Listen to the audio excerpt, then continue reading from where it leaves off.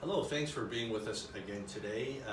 Again, another privilege of having Shawn Hughes with us. He's a Regional Vice President at Forsters Financial. He's a good friend, and he's a financial expert in the industry. He's a friend of our YouTube channel. Thanks for being with us again, Shawn. My pleasure, Mark. Thanks for having me back again. That's good. And Shawn helped us on a prior video. And in a prior video, you may want to look at that in conjunction with this one. But it was the difference between whole life and and term insurance. So whole life and term. We focus on whole life, and why would someone consider that for themselves, for their families?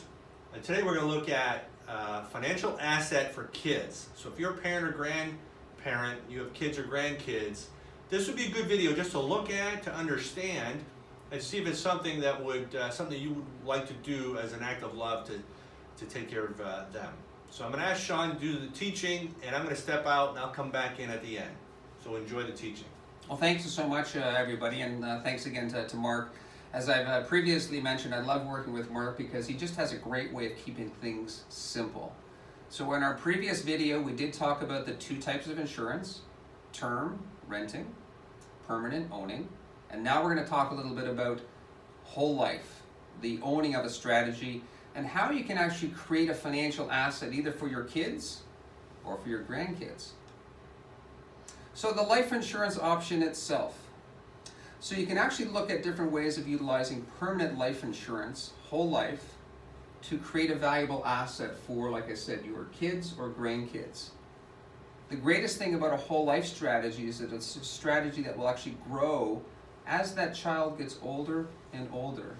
And it's a very effective way to not only protect future insurability, but later in life, pass on wealth to your next generation, which is fantastic. The nice thing about whole life is that you can actually structure it so that the owner can maintain control of that asset throughout the whole insured's life. Or, if you're so generous, if you want to gift this to your kids or grandkids, of course you can change the ownership at some point in time in the future. So here we've got a great scenario. I love this because you've got Jackie, who's the daughter of Carl and Marianne. And guess what? Jackie has her first child, Clara. And of course, the grandparents, Jackie and Marianne, are elated. This is their first grandchild. They're so excited. And they want to be able to put a strategy in place to not only create some wealth, but to develop some equity for their granddaughter, Clara, later on in life. And again, insurance is an effective option for you. So here we go. You implement that strategy when Clara is an infant. And you can see one of the main benefits of putting a strategy in place when that child is young is that the actual costs are extremely low. So in this particular scenario, based on our previous video, we did talk about structuring strategies with different pay options. So this one here, what the grandparents have done is they've structured it as a 10-pay strategy. So you pay that annual premium for 10 years, and that strategy is fully paid up, which is fantastic. So we talked about how an asset can grow, so let's see a little bit about Clara's life. So at the age of 25, she's finished her career in education, and now she's embarking on her new career out in the workforce.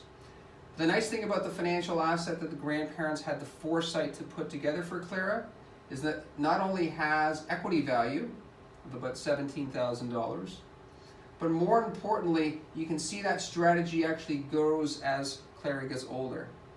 So again, this was a 10-pay strategy, so the equity that Clara has in that policy far exceeds what the premiums have been paid into that strategy. And of course, we look at different life phases. At the age of retirement, the ripe old age of 65, that financial asset now has grown to a little over $223,000 in equity. But more importantly, remember your $100,000 death benefit has now grown to a little less than $500,000. So it's a very effective way to not only create a financial asset, but also to make sure you have an asset that grows in value as Clara gets older. The premise of insurance is to make sure that insurance is paid in the time of need. Clara does pass away at the age of 76. She didn't access any of the cash within her strategy, and as a result, you can see what her, I would say, legacy that she's going to pass on to her kids and grandkids. So again, if you look back to the foresight of the grandparents, they implemented a 10-pay strategy for Clara, their granddaughter, and now Clara herself has gotten married and has kids, and now she's leaving a lasting legacy for her kids as well. And I love this visual because you can see exactly how the strategy works. Again, keeping in mind it was a 10-pay strategy. The equity value if Clara ever had to use that is a little less than $380,000.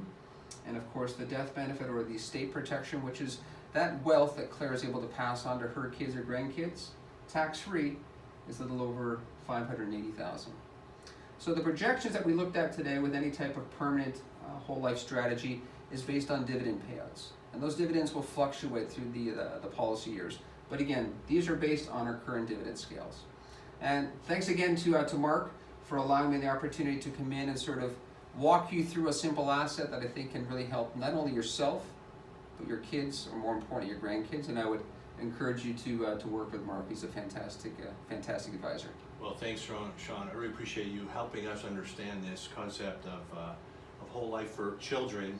And I love just $17,000 was paid into this, and then when she passes away, the family gets over $580,000 tax-free. This is really a great gift. And if you're watching this and this is something you'd like to learn more about, please reach out to me. My contact information is below. We'd love to help you understand that a little bit better as it applies to you specifically. Listen, thanks for being with us. Thank you again, Shawn. My pleasure. And have yourself a great day. Look forward to talking again soon.